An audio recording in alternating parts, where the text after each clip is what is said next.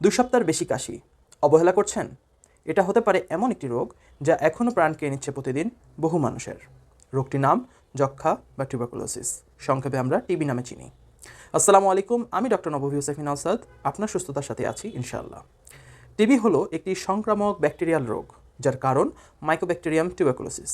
এটি প্রধানত ফুসফুসে হয়, যা পালমোনারি টিবি নামে আমরা চিনি, তবে শরীরের অন্যান্য জায়গায়ও হতে পারে, যেমন লিম্ফ নোড, হাড়, মস্তিষ্ক, মেরুদণ্ড সহ শরীরের এমন কোনো জায়গা নাই যেখানে টিবি হতে পারে না। তাহলে প্রশ্ন আসবে, টিবি ছড়ায় কিভাবে? এটি সাধারণত বাতাসের মাধ্যমে ছড়ায়। আক্রান্ত ব্যক্তি কাশি বা হাঁচি দিলে বাতাসের জীবাণু ছড়িয়ে পড়ে, তারপর দীর্ঘ সময় একসাথে থাকলে সংক্রমণ হতে পারে। সাধারণত বস্তিবাসী বা ঘনবসতিপূর্ণ জায়গায় যারা থাকে তাদের টিবি হয়।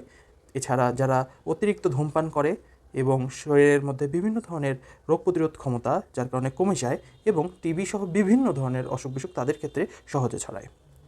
এরপর লক্ষণ কী সেটা জেনে নেই। 2 সপ্তাহের বেশি কাশি, কাশির সাথে রক্ত, রাতের বেলা জ্বর, আবার ঘাম হয়ে জ্বর ছেড়ে যাওয়া, ওজন কমে যাওয়া, খাবারে অরুচি, দুর্বলতা ইত্যাদি। তাহলে আমরা টিবি কীভাবে নির্ণয় করব বা ডায়াগনোসিস কীভাবে করব? সাধারণত কফ পরীক্ষা, যা স্পুটাম পরীক্ষা আমরা বলি, বুকের একটা এক্স রে এবং আধুনিক ও দ্রুত টেস্ট হলো জিন এক্সপার্ট। তাহলে 2 সপ্তাহের বেশি কাশি হলে অবশ্যই পরীক্ষা করতে হবে। ভালো খবর, টিবি সম্পূর্ণ নিরাময়যোগ্য একটি অসুখ। বাংলাদেশে টিউবারকুলোসিসের চিকিৎসা সরকারিভাবেই ফ্রি দেওয়া হয় national tuberculosis control programme NTP এর মাধ্যমে। কোথায় পাবেন?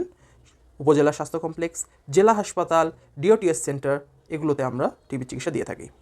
চিকিৎসার ধাপ যদি বলা হয়, সাধারণত এটা টিবির ধরন, পূর্বে একজন ব্যক্তি টিবিতে আক্রান্ত হয়েছে কিনা, ট্রিটমেন্ট কমপ্লিট করেছিল কিনা সহ বিভিন্ন প্যারামিটার আছে যার উপর নির্ভর করছে যে এর চিকিৎসা কতদিন চলবে। তবে সাধারণত 6 মাসের কোর্স হয়ে থাকে এবং যে পদ্ধতিতে এই চিকিৎসা হয় তাকে বলা হয় ডাইরেক্টলি অবজার্ভড ট্রিটমেন্ট সিস্টেম।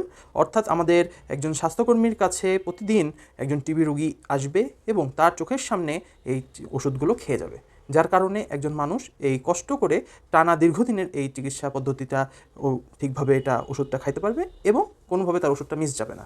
কারণ কি, এই মিস গেলে সমস্যা কোথায়? কারণ এই মিস গেলে সমস্যা হচ্ছে মাঝপথে যদি কেউ ওষুধ বন্ধ করে দেয় তাহলে মাল্টি ড্রাগ রেজিস্ট্যান্ট টিবি হতে পারে, অর্থাৎ কোনো ওষুধ কাজ করবে না পরবর্তীতে।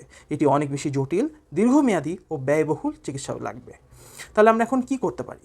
প্রথমেই বলা উচিত সেটা হচ্ছে prevention is better than cure. তাহলে টিবি প্রতিরোধে আমাদেরকে কিছু পদক্ষেপ নিতে হবে। কি করতে হবে?